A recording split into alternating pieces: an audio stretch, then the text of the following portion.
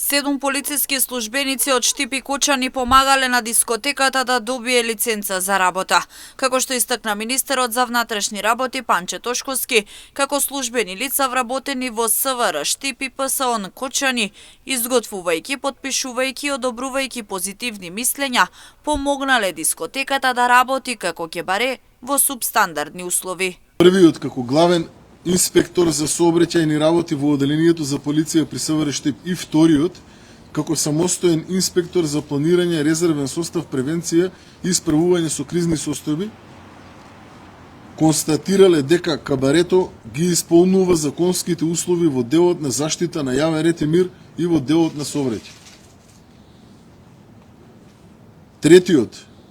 како началник на одделение за полиција во СВР Штип и четвртиот како началник на СВР Штип одобриле и подпишале известување до Министерството за економија во кое е констатирано дека кабарето ги исполнува законските услови и со тоа што не извршиле целосна поврака пред да ја издадат и одобрат позитивната согласност за издавање на лиценца за кабаре,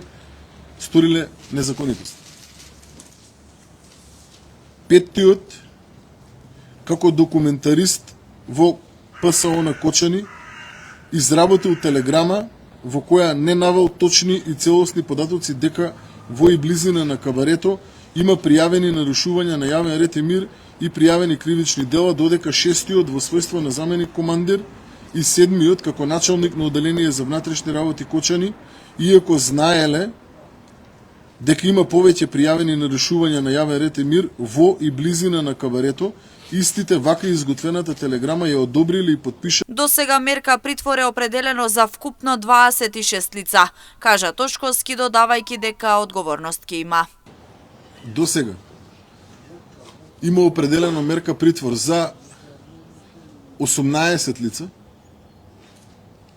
освен овие 7 кои што ќе бидат изведени пред судија на претходна постапка,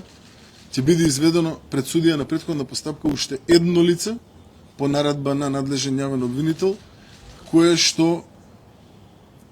е поврзано со овој кривично правен настан, а при тоа е едно од раководните лица и во овој момент во Министерството за економија. На денешната пресконференција тој посочи дека истрагата нема да застане овде на 26 осомничени лица, туку дека ќе одговара секој оној кој е виновен за несреќата во Кочани.